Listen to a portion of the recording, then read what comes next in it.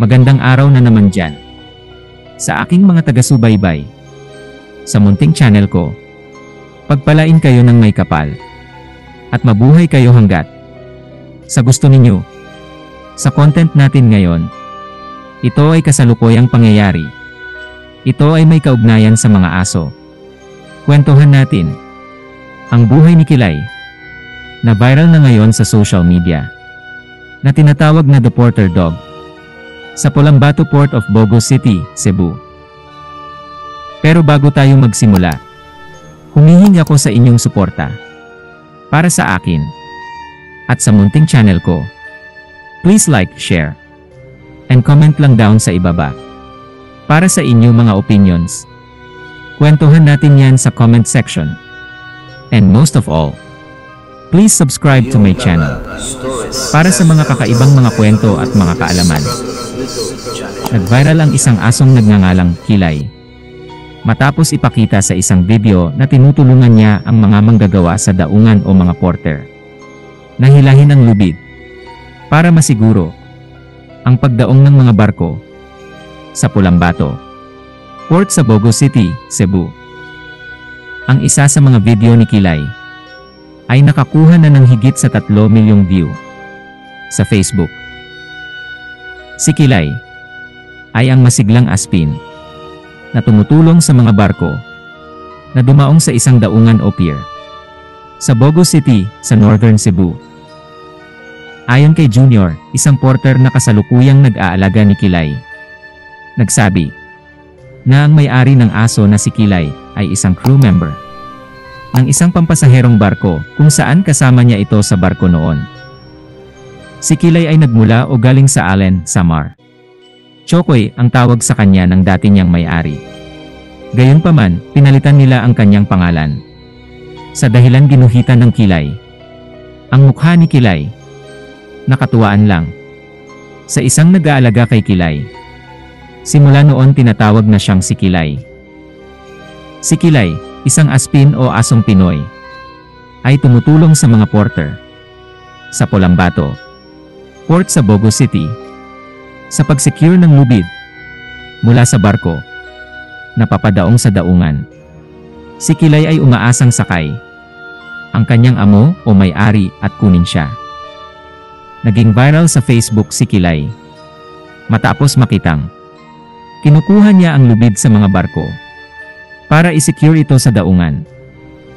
Umiiyak si Kilay.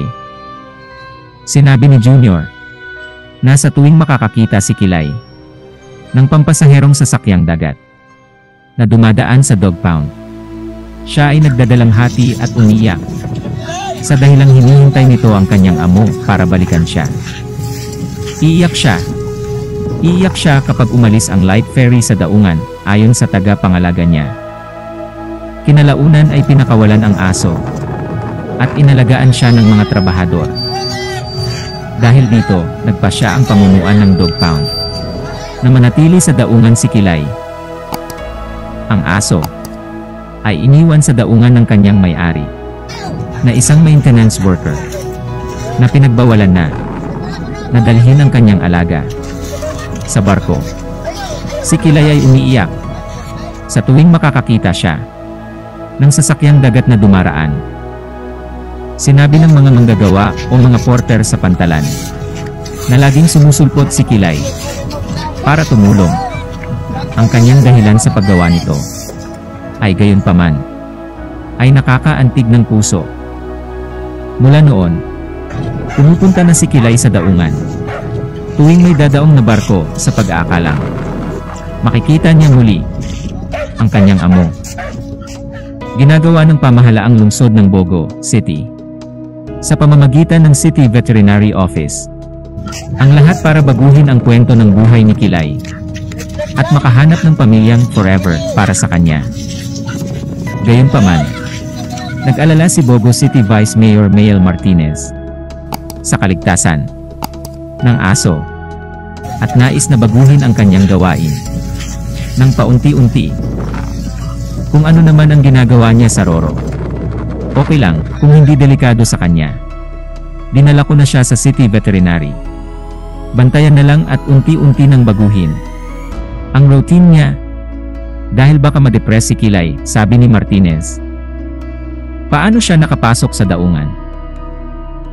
Ang pampasaherong barko, na Light Ferry 29, ay bumibiyahe mula Matnog Port sa Sorsogon hanggang Colambato Port sa Bogo City. Ang dahilan kaya napunta si Kilay sa port ng Bogo City, Cebu.